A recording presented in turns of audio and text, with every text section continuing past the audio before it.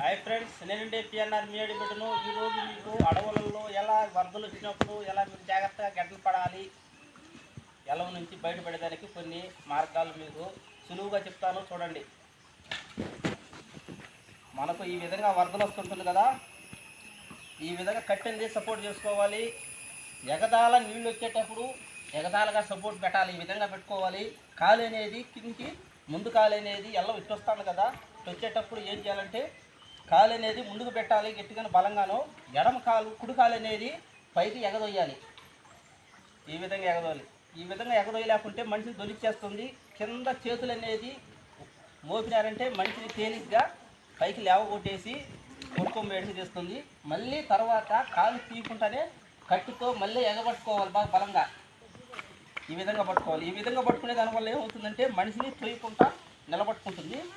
తర్వాత ఈ కాలు కట్టు సహాయంతో ఈ కాలుని బలంగా ముందుకు తొయ్యాలి.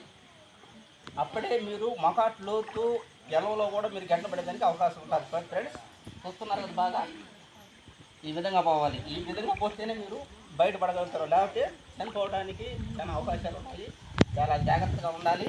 చూడండి ఎంత లోతు వస్తాయి నీళ్ళు. ఇంత లోతులో కూడా మీరు పైకి లేచిపోతారు, లేవగొట్టేస్తుంది. ఓకేనా ఫ్రెండ్స్? చూడండి, ఈ విధంగా మోపుకొని మీరు గంట పడేదానికి అవకాశాలు చాలా ఉన్నాయి. ఓకే, మరి ఉంటాను. బాయ్.